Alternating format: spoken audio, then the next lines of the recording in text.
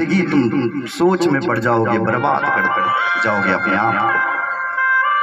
इसलिए 15 से 30, 25, 30 साल तक अपने आप को बहुत संभल के चलना पड़ता है।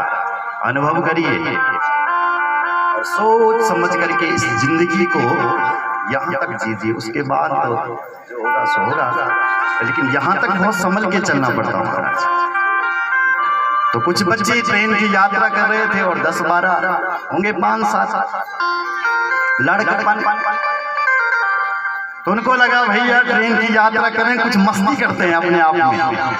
तो मस्ती क्या करें, बोले इस चैन को खींचते हैं ट्रेन की, ट्रेन रुक जाएगी। बोले पैसे पड़ेंगे तो पैसे करो इकट्ठे। तो सबने महाराज अपने अपने 200-400 मिला करके 1200 रुपए इकट्ठी की। कितनी? 1200। और 1200 उस व्यक्ति के पास दे दिया कि आप, एक लड़का था उसके पास दे दे कि आप अपने पास रखो, हम चैन खींच रहे हैं। जैसे वो चैन खींचने वाले थे तब तक एक बूढ़े पर नजर पड़ गई, बुजुर्ग आदमी पर। ध्यान से सुनना। अरे उन्होंने कहा अरे बुजुर्ग मिल गया, पैसे भी नहीं जाएंगे, पैसे भी बचेंगे। अब क्यों? बोले चैन खींचते हैं, बोले इसका नाम फंसाते हैं, ये बूढ़ा है, ये क्या कर पाएगा हमारा, हम तो जवान है, इसका नाम फंसाएंगे। बूढ़ा आदमी अकेला था, क्या करें, चुप रहा। बच्चों ने चैन खींची, नौजवान थे, खींची चैन, ट्रेन रुकी, अधिकारी लोग आए। किसने खींची भाई, किसने खींची? अब बूढ़ा को डरा दिया होगा, धमका दिया होगा, इसने कुछ नहीं बोला। बोले इस बूढ़े ने खींची है चैन, ये जो खड़ा है, ये जो बैठा है यहाँ पे। बूढ़े से पूछा क्यों रे बुजुर्ग जी, तुमने चैन खींची? बोले हाँ महाराज मैंने खींची है। क्यों? बोले इसलिए खींची कि मेरे पास जो 1200 रुपए थे वो इन्होंने छीन लिए और ये मुझे भी मारना चाहते थे, इसलिए मैंने चैन खींच ली कि कहीं ये मुझे ही ना खत्म कर दे। 1200 तो इन्होंने ले लिए, मैं भी ना चले जाऊं, इसलिए मैंने चैन खींचा। आपको विश्वास ना हो तो इसकी जेब में देखो 1200 रुपए, जेब खोली महाराज तो सच में 1200 रुपए थे। इधर आओ रे मूर्खों। पुलिस ने उन्हीं को ही पकड़ करके ले गया जिन्होंने चैन खींची, और बाबा को बेमतलब की 1200 भी पकड़ा दिया। बताओ, पुलिस ले जा रही थी, बाबा जी खिड़की पर बैठे रहे थे, मुस्कुरा रहे थे, उनकी तरफ देख रहे थे कि बच्चा बाबू ये दाढ़ी ऐसी सफेद नहीं हुई है मेरी, कुछ अनुभव करके हुई है, कुछ तजुर्बा लेकर के हुई है। इसलिए बुजुर्गों का बहुत सम्मान करिए, उनके पास जो तजुर्बा, मैं कल भी कह रहा था, आज भी कह रहा था, इनके पास वो चीज है जो आपके पास नहीं है। इसलिए ये जो जिंदगी है, बहन हो या भाई हो, कोई भी हो, इसको बड़ी सहजता से जीना चाहिए। 30 साल तक निर्णय आपको बहुत पछतावा दे सकती है यदि आपने गलत डिसीजन ले लिया, गलत निर्णय ले लिया। इसलिए बुजुर्गों के पास बैठ करके या कथा में आकर के, अच्छा कुछ लोग ये कहते हैं भाई हम तो अभी बच्चे हैं, हमारी क्या एक कथा सुनने की उम्र है। कथा तो बूढ़े लोग सुन रहे हैं, उनकी उम्र होती है कथा सुनने की, हम तो अभी यंग है। अरे तुम्हारी जरूरत भी है कथा सुनने की, क्योंकि कथा में एक एक शब्द तुम्हारे जीवन को बदल सकते हैं। बोलो जय सिया राम। तुम्हें अच्छी राह दिखा सकते हैं, तुम्हारी नींव को मजबूत कर सकते हैं। पढ़ाई तो तुम अपने स्कूल में भी कर लोगे और हमसे अच्छे पढ़ाएंगे वो तुम्हें, लेकिन हम तुम्हारी नींव मजबूत कर देंगे। और यदि नींव मजबूत हो गई मकान की, तुम्हारा ऊपर चाहे कितनी भी बिल्डिंग से बिल्डिंग खड़ी कर दो, नींव मजबूत है तो सब कुछ हो सकता है। बोलो जय सिया राम। और नींव मजबूत होगी ऐसी कथाएं सुनने से। प्रेम से बोलो जय सिया राम। तो गांव के जो बुजुर्ग लोग थे वो बारात का स्वागत करने के लिए आ गए, बारात का स्वागत किया, बारात को ले गए। घर में जो स्त्रियां थी उन्होंने आरती उतारी, माताएं हिमाचल में। पहले वरुण देवता आगे आए और वरुण से पूछा कि ओहो देवताओं की सभा में सबसे पहले चल रहे इंद्र। और इंद्र से तो पक्का हो गया कि लगता है यही दूल्हा है। क्योंकि इसका जो भेष है वो दूल्हे के बराबर लग रहा है। महाराज क्या आप दूल्हा हो? उसने कहा क्यों उल्टी गंगा बहा रहे हो? हम तो दूल्हा के सेवक हैं, सेवक। दूल्हा तो अभी आ रहा है। हिमाचल वासियों ने कहा वाह रे वाह, जिनका सेवक ही जिस दूल्हे का सेवक इतना प्यारा है, इतना सुंदर है, वो दूल्हा कितना प्यारा होगा। तब तक भगवान विष्णु आ गए और उनको देख करके तो लग रहा था कि विष्णु और विष्णु की सेना को देख करके कि यही दूल्हा है, पक्का हो गया। क्योंकि विष्णु जैसा सुंदर कोई दुनिया में है नहीं, इसका मतलब यह है कि यही दूल्हा है। क्योंकि बारात में सबसे प्यारा कौन लगता है? बोलो, जोर से बोलो। दूल्हा। तो लगता है यही बारात आ रही है तो यही दूल्हा होगा। विष्णु भगवान के पैर छूने लगे, स्वागत करने लगे, आओ आओ दूल्हा सरकार, आओ आओ। भगवान विष्णु ने हाथ जोड़े, मारा उल्टी गंगा क्यों बहा रहे हो? हम दूल्हा नहीं है, हम तो दूल्हा के दोस्त हैं, मित्र हैं। अच्छा, तो दूल्हा कहाँ है? बोले दूल्हा आ रहा है। तो दूल्हा कितना सुंदर होगा यदि आप इतना सुंदर? बोले पता लग जाएगा। जैसी बारात सामने आई महाराज, तो सब माताएं भी हिमाचल के डरने लग गई। भूत प्रेतों का हाउ ही सुन कर जैसे तैसे बुजुर्गों ने उस बारात को आगे किया। शिवजी की बारात को मैना देवी ने स्वर्ण थाली पर आरती सजाई। जमाई राजा की आरती कर रही है, पहली बार जमाई घर में आ रहा, आरती करो भाई, वो भी सोने की थाली पर, स्वर्ण थाली पर आरती घुमा रही। जन भोले बाबा का बारात जने आई ना, आरती घुमाते, आप भी घुमाते।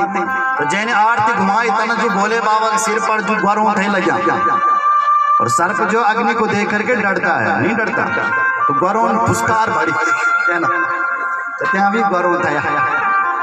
मैंने निकाह अब खाता तब खाता नहीं थे घुमोनी दिन से भोले बाबा पर थिंकिंग नहीं।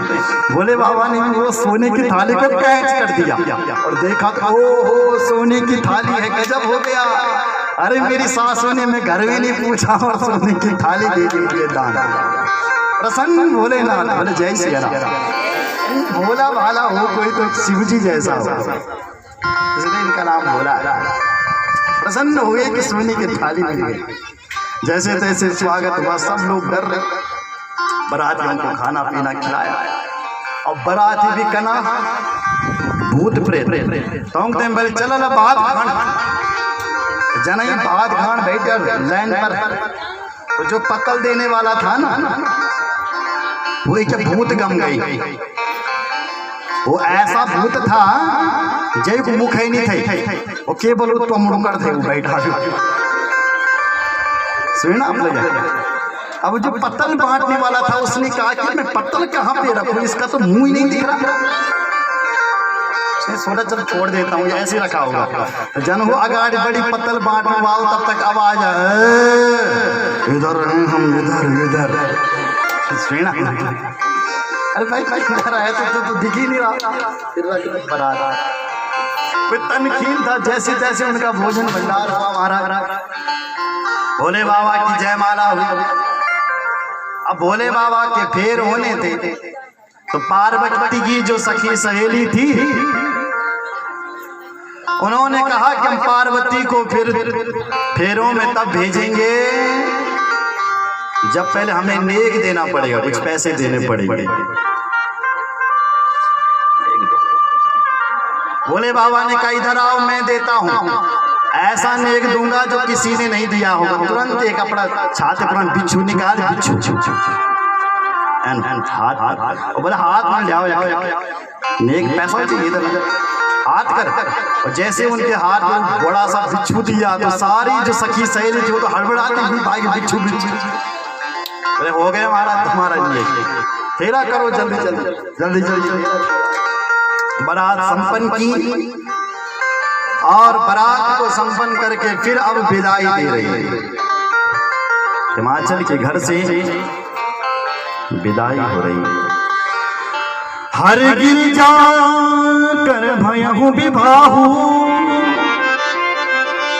सकल भुवन भरि रहा छाओ, करहूं सदा शंकर पद पूजा, नारे धर्म पति देव न दूजा। यहाँ तक गोस्वामी जी ने ये कथा सरल भाषा में अपनी रामचरितमानस पर लिखी है। बोलो जय सिया राम।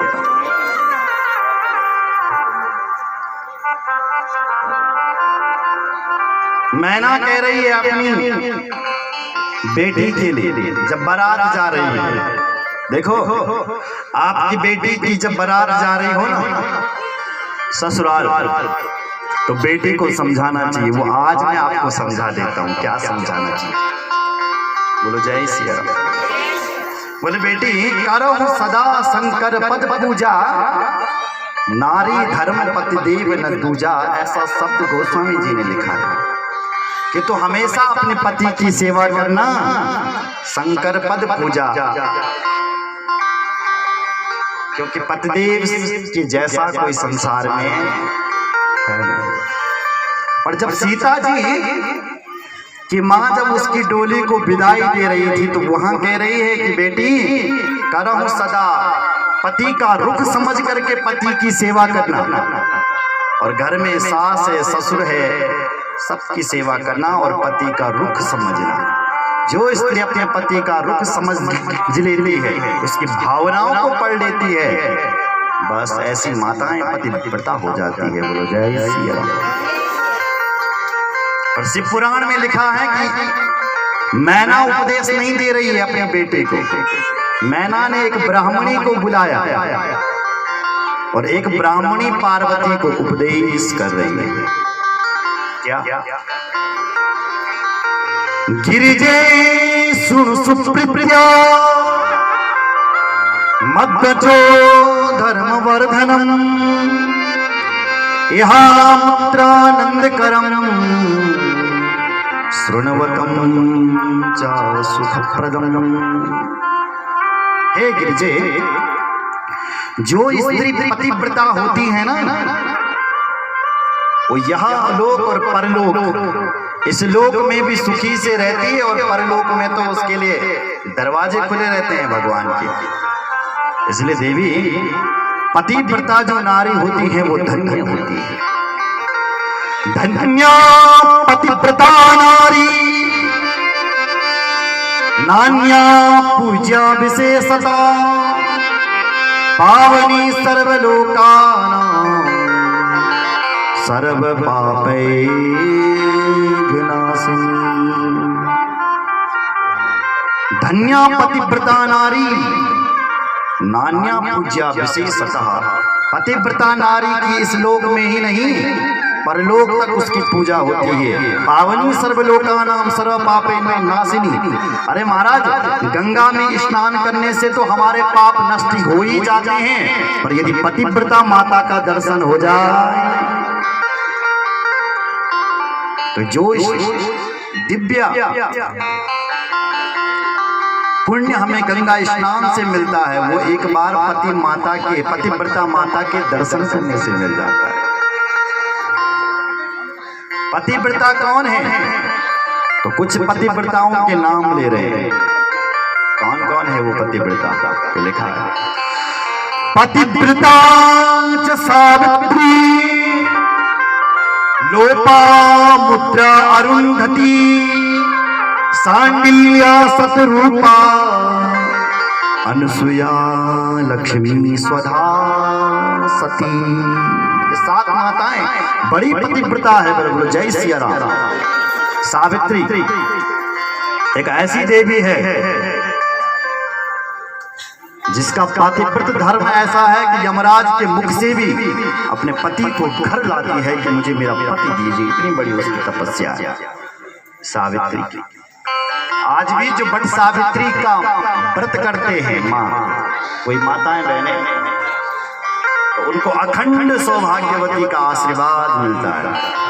बट सावित्री पूजा कीजिए, बट की वृक्ष की पूजा कीजिए। बोलो जय सिया राम। और बट के वृक्ष की तो बड़ी महिमा है। बोलो जय सिया राम। बड़ का जो पेड़ है बड़ी महिमा है उसकी जो जड़ें हैं ना वो लक्ष्मी को देने वाली होती है। सुन रहे हैं आप एक आपके गांव में बड़ का पेड़ है, जहां बहुत गर्मी होती है वहां होते हैं, और हरिद्वार में बहुत होते हैं। बोलो जय सिया राम। तो आपने क्या करना है, यदि धन नहीं रुक रहा आपके पास, पैसा नहीं रुक रहा है, तो बड़ के पेड़ में आपने 3 सोमवार तक पानी चढ़ाना है। 3 सोमवार। और फिर बड़ की तीसरे सोमवार को बड़ की एक जड़ को लाए और अपने गले में धारण कर दे, ताबीज पर या किसी कपड़े पर, तो आपके पास धन रुक जाएगा। ऐसा हमारे महात्माओं के मुख से मैंने सुना है, वो गारंटी देते हैं कि बड़ का पेड़ जो है वो लक्ष्मी को जाने नहीं देता, लक्ष्मी को खींच लेता है। जय सिया। इसलिए माताएं जो पतिव्रता बनना चाहती है, अपने पति की उम्र को लंबी करना चाहती है, भट्ट सावित्री का व्रत चालू कीजिए। कितनी माताएं करती है? हाथ खड़े करो। नहीं करती, कुछ माताएं करती है, ताली बजाओ उनके लिए। हाँ, और तुम भी करना।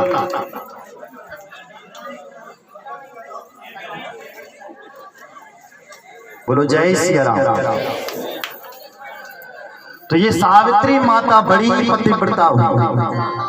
लोपामुद्रा अरुंधति तो ऐसी थी कि उसके ऊपर कोई गलत नजरों से देख ले तो वो नपुंसक हो जाता है। बताओ, इतनी बड़ी पतिव्रता। सांडिल्य शत्रुरूपा अनसुया की कथा आपने सुनी होगी। ये तो ऐसी पतिव्रता है कि ब्रह्मा, विष्णु और महेश को भी अपना बच्चा बना देती है। बताओ, शिशु लक्ष्मी, स्वधा,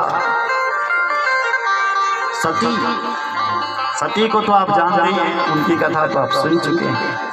ये बड़ी बड़ी पतिव्रताएं माताएं हैं। भुंजान भुक्ते प्रिय पत्योर पातिपतः प्रारायण तिष्ठे तस्मिन् शिवे नारी सर्वथा सती तिष्ठति। नारी के कुछ धर्म होते हैं। क्या? जब तक आपके पति ने भोजन नहीं किया तब तक आप भोजन मत करना चाहिए, ऐसा कहा गया। पर पति यदि लगा के आता हो तो ऐसे पति से तो भगवान बचाए। ऐसे पति का बिल्कुल इंतजार मत करना, सीधे भोजन कर लेना, कोई पाप नहीं लगेगा। क्यों?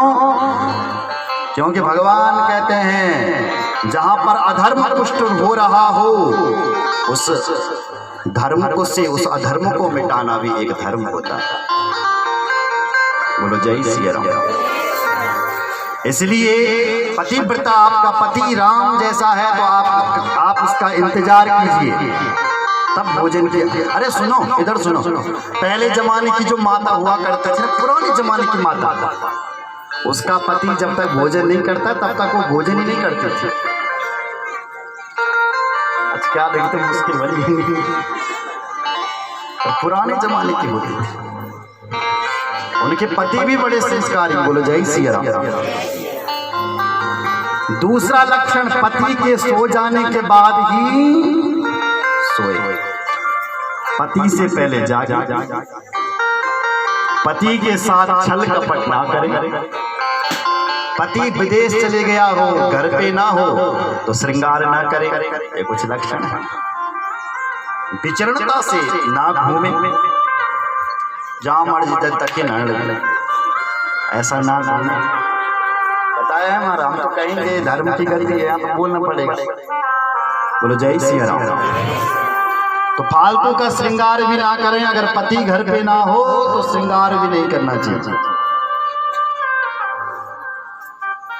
पति के अलावा किसी से दोस्ती ना करें। पति प्रदेश चले गया हो तो श्रृंगार को त्याग दीजिए। पति प्रदेश चले गया हो तो घूमना भी त्याग दीजिए। अन्य पुरुषों के साथ बातचीत बिल्कुल बंद कर दे।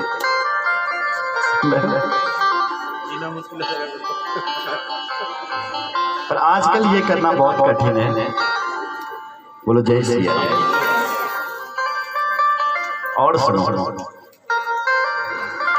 तीर्था तीर्था तीर्थानि या नारी पतिपादोदकं पिबत तस्मिन् सर्वाणि तीर्थानि क्षेत्राणि च न संशया। सुन रहे? तीर्था तीर्थित्व सारी नारी की इच्छा है कि तीर्थ जाने की हो ना तो पतिपादोदकं पिबत। अगर आपका पति आपको केदारनाथ नहीं हकनो लिख रही थी, चार धाम नहीं हकनो करे थी और तुम्हारी इच्छा से ना तो एक काम करे, पतिपादोदकं पिबत, पतिदेव को सिंहासन पर बिठाओ और उसके चरणों का जल का पान कर दो, उसमें स्नान कर दो। तो लिखा है महाराज केदारनाथ जाने का फल मिल जाता है। सुन रहे हो? और जो पत्नी अपने पति को छोड़ करके यात्रा करने के लिए जाती है, सुन रहे हो, तक पुण्य कमोनी नहीं बस पाप कमोनी।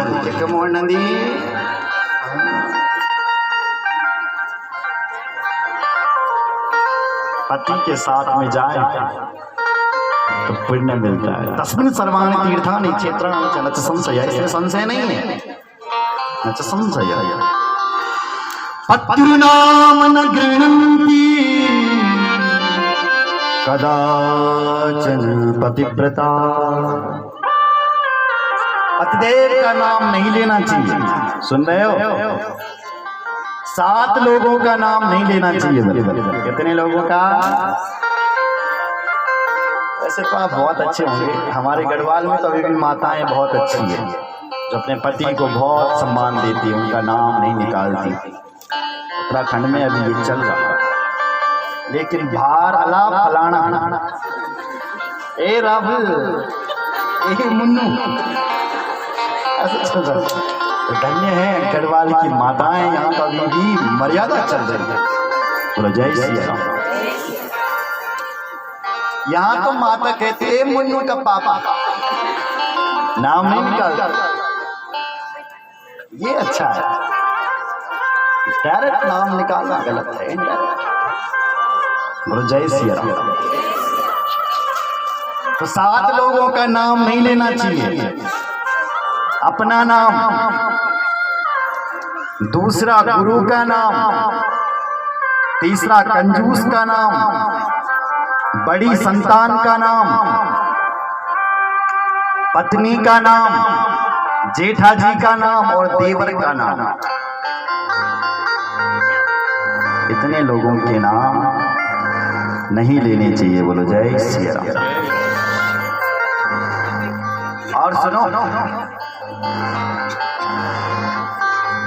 बोलो जय श्री राम। आजकल एक फैशन दिख गया। फैशन कौन सा? मांग भरने का, थोड़ी सी मांग। पिछले जमाने हमारी जो माताएं हुआ करती थी, बिहार में महाराज आज भी ये नियम है। बिहार में गढ़वाल में भी लोगों ने छोड़ दिया। बिहार की जो माताएं होती है पूरी मांग भरती है, वो भी हनुमान सिंदूर से। वैसे शिव पुराण में लिखा है कि हनुमान सिंदूर से मांग भरे और पूरी मांग भरे। जो माताएं, जो बहनें अपने पति के नाम की पूरी मांग भरती है, उसका पति हमेशा अजर और अमर रहता है, वो उसकी उम्र को लंबी कर देते हैं। बोलो जय श्री राम। जोर से बजाओ, उनके लिए बजाओ जो लंबी मांगे भरती है। और जाऊं टिप्पी लाएं, थोड़ा फैशन दिखावा, कमी दिखावा दिखावा करेगी तो बहुत पछताएगी। इसलिए माताएं बहनें दिखावा करना छोड़ दो। बोलो जय श्री राम। आजकल तो हम लोग गीली सिंदूर, सूखी सिंदूर भी भर देते। शास्त्र कहता है घी में सिंदूर मिलाइए, घी में, देसी घी में। गाय के घी में, और फिर अपनी मांग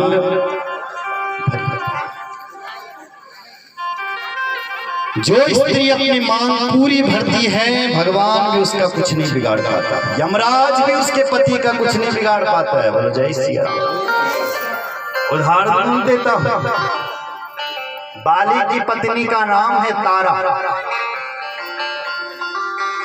तो तारा अपनी मांग को पूरी भरती थी हनुमान सिंदूर से घी लगा कर पूरी मांग। तो भगवान ने देखा कि तारा की मांग भरी हुई है, बाली को मारना असंभव है, कैसे मारूं बाली। तो भगवान कहते हैं, सुग्रीव कहते हैं, प्रभु मुझे क्यों पिटा रहे हो। सुग्रीव से कहा कि जा लड़ने के लिए, मैं तेरे भाई बाली को मारूं। सुन सुग्रीव, मैं मारूं बाली को एक ही बार, तो चिंता मत कर, मैं तेरे भाई तेरे दुश्मन भाई को मैं मारूंगा, तो क्यों चिंता करता है। लेकिन जब सुग्रीव जब लड़ने के लिए गया तो सुग्रीव को उस बाली ने ऐसा मारा कि विकल हो, सुग्रीव विकल होकर के मुष्टि प्रहार जब सुग्रीव पर किया तो विकल होकर के सुग्रीव भागा। राम जी से कहता है, हे मेरे राम, अभी तक तुम कह रहे थे कि मैं उस बाली को मारूंगा, और मुझे तो भेज दिया, क्या पिटवाने के लिए मुझे वहां भेजा है क्या। तो भगवान राम बोलना क्या कहते हो, मेरे मित्र सुग्रीव, भ्रम हो गया, भ्रम मुझे क्या हो गया, भ्रम हो गया। क्या भगवान को भी भ्रम हो सकता है, बताओ। अंतरः सर्वभूतानां अंतर्हृदय वसुतः, जो भगवान हमारे अंदर बैठा हुआ है, बाहर भी बैठा हुआ है, दिखाई नहीं दे रहा है। जो हमारे अंदर भगवान है, बाहर भगवान है, क्या उस भगवान को क्या भ्रम हो सकता है। जो त्रिकालज्ञ राम है, भृकुट विलास सृष्टि लय होई, इतने बड़े भगवान है भगवान राम, क्या उनको भ्रम हो सकता है। बोले नहीं, एक संत ने कहा राम को भ्रम नहीं हो सकता। बोले बाली की जो पत्नी है तारा, उसकी मांग भरी हुई थी, और जब तक उसकी मांग भरी हुई है तब तक बाली को मारना असंभव है महाराज, क्योंकि एक पतिव्रता की भगवान सिंदूर नहीं उजाड़ सकते। क्या करें, तो बाली की पत्नी जब स्नान करने के लिए गई तो भगवान ने उस समय सुग्रीव को छेड़ा कि अब जा तुम लड़ने। जब सुग्रीव लड़ने के लिए गया, बाली की पत्नी की मांग हट गई थी, सिंदूर हट गया था मांग से, तब भगवान ने एक बाण से उस बाली को मारा। नहीं तो भगवान को भी असंभव है, यमराज को भी असंभव है पतिव्रता माता के पति को ले जाना।